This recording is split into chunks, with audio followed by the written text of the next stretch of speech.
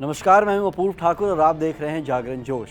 पूरी दुनिया के नेता COP30 जलवायु सम्मेलन की शुरुआत के लिए अमेज़न रेन फॉरेस्ट का गढ़ यानी बेलेम, जो कि ब्राजील के उत्तरी राज्य पारा की राजधानी में इकट्ठा हुए हैं। 10 नवंबर से शुरू होने वाले इस महत्वपूर्ण सम्मेलन के शीर्ष लक्ष्यों में जलवायु कार्रवाई सबसे ऊपर है।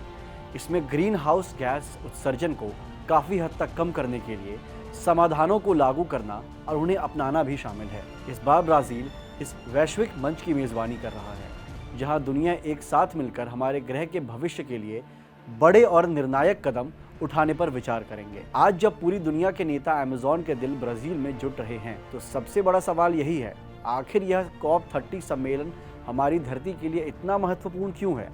क्या यह सिर्फ बड़ी बड़ी बातों का मंच है या फिर बढ़ते तापमान और बदलते मौसम के खिलाफ सच में यहाँ कोई ठोस और अंतिम समाधान निकलेगा? और यह भी जानना दिलचस्प है कि इस महासम्मेलन का सदस्य देश बनने की प्रक्रिया क्या है। क्या कोई भी देश सीधे इसमें शामिल हो सकता है या इसके लिए संयुक्त राष्ट्र की कोई विशेष संधि को स्वीकार करना जरूरी है? आइए इस वैश्विक जलवायु चुनौती की हर परत को खोलते हैं और समझते हैं कि यह सम्मेलन केवल नीतियों के बारे में नहीं, बल्कि हमारे आने वाले पीढ़ियों के भविष्य के बारे में भी है।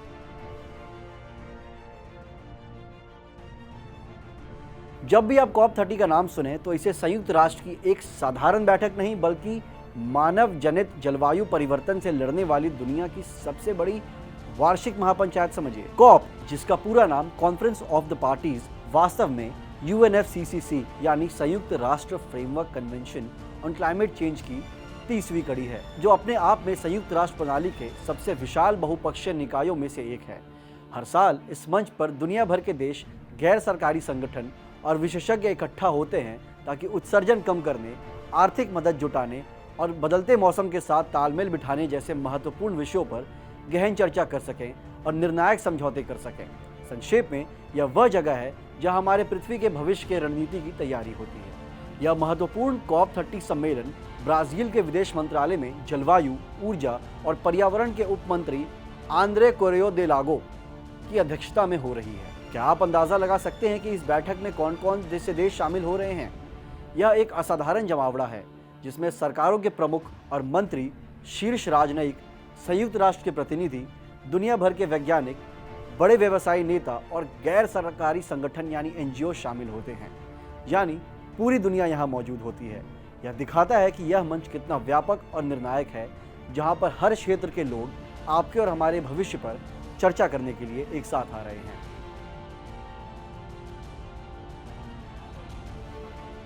जब बात COP30 में हिस्सा लेने वाले देशों की आती है, तो यह कोई छोटी मोटी बैठक नहीं है। यहाँ लगभग पूरी दुनिया की भागीदारी है।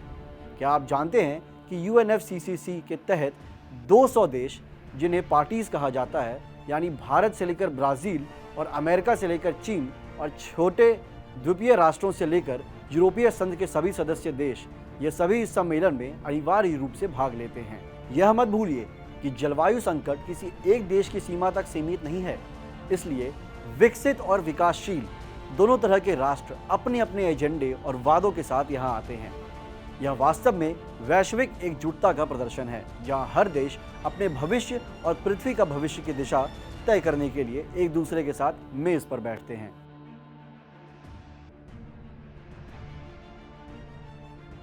आज जब पूरी दुनिया की निगाहें ब्राज़ील के बेलेम पर टिकी हैं, तो सबसे बड़ा सवाल यह है कि COP30 में किस मुद्दे पर सबसे बड़ा मंथन होने वाला है।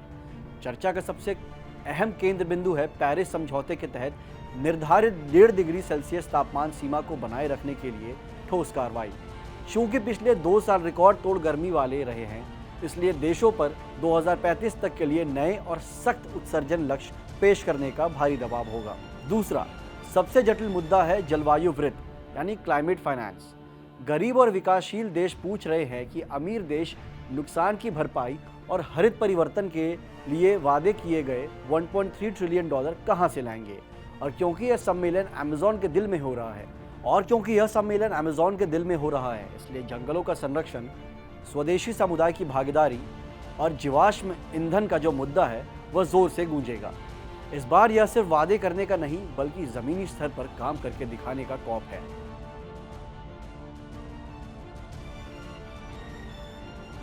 आज हम कॉप 30 की बात कर रहे हैं, लेकिन क्या आप जानते हैं इस वैश्विक यात्रा की शुरुआत कहां से हुई थी? पहली बार कॉप की बैठक हुई थी 1995 में। जी हां, आज से लगभग 3 दशक पहले दुनिया भर के देशों ने महसूस किया कि जलवायु संकट को अकेले नहीं लड़ा जा सकता है। यह ऐतिहासिक बैठक बर्लिन यानी जर्मनी में आयोजित की गई थी और इसे कॉप 1 का नाम दिया गया था। उस समय यह सिर्फ एक सम्मेलन नहीं था, बल्कि बढ़ती गर्मी और खतरे में पड़े ग्रह के वैश्विक चिंता की पहली ठोस अभिव्यक्ति थी। इस पहली बैठक ने ही भविष्य के सभी बड़े समझौतों जैसे कि क्योटो प्रोटोकॉल और पेरिस समझौते की नींव रखी थी। यह वह निर्णायक क्षण था जब दुनिया ने औपचारिक रूप से माना कि हमें मिलकर यह जलवायु युद्ध लड़ना होगा।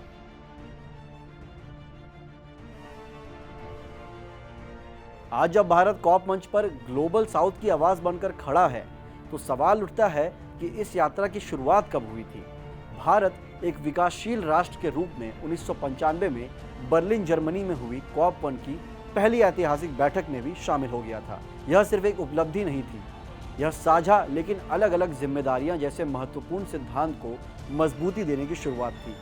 भारत ने शुरू से यह स्पष्ट कर दिया था कि विकसित देशों को अपने ऐतिहासिक उत्सर्जन के कारण ज़्यादा जिम्मेदारी उठानी होगी, ताकि विकासशील देश जो अभी भी अपनी जनता का जीवन सुधार रहे हैं, अपनी विकास गति को बनाए रखें। यानी पहली ही कॉप बैठक में भारत ने दुनिया के सामने जलवायु न्याय का मुद्दा उठाकर एक मजबूत नींव रखी थी।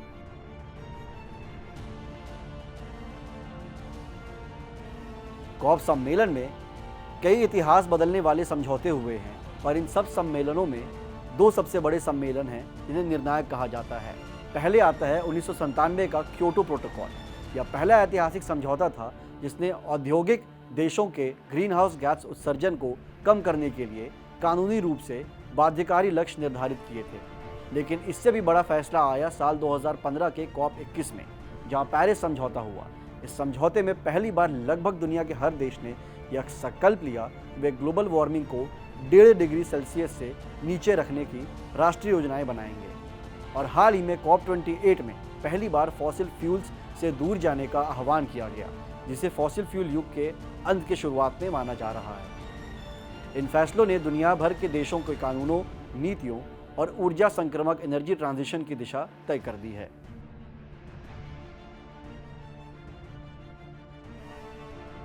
कॉप सदस्य बनने के लिए एक स्पष्ट नियम है। कोई भी देश कॉप का आधिकारिक पार्टी तभी बनता है जब वह सबसे पहले संयुक्त राष्ट्र framework convention of climate change यानी UNFCCC नामक मूल संधि पर हस्ताक्षर और पुष्टि करता है। यह प्रक्रिया अनिवार्य है।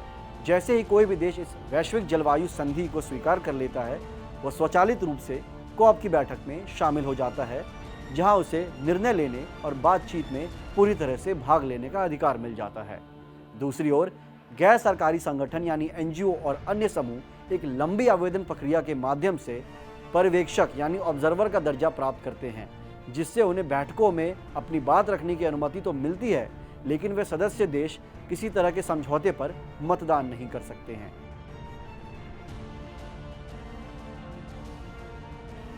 तो यह स्पष्ट है कि कॉप 30 सिर्फ एक अंतर्राष्ट्रीय बैठक नहीं है, बल्कि यह निर्णायक मंच है जहां हमारे ग्रह का चिकित्सा चार्ट तैयार होता है। दुनिया के नेता, वैज्ञानिक और कार्यकर्ता मिलकर सबसे बड़े खतरे जलवायु परिवर्तन के लिए उपचार की तलाश कर रहे हैं। इस बार अमेज़न की धरती से उम्मीदें बहुत ऊंची है कि कागजी वादों से निकलकर ठोस कार्रवाई होगी, क्योंकि अब हमारे पास समय नहीं है।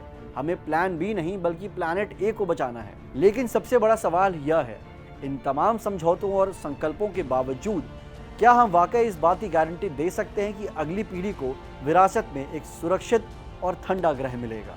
अगर आपको ये वीडियो पसंद आई हो तो इसे लाइक करें, शेयर करें और सब्सक्राइब करें जागरण जोश को। मिलते हैं अगले वीडियो में। धन्यवाद।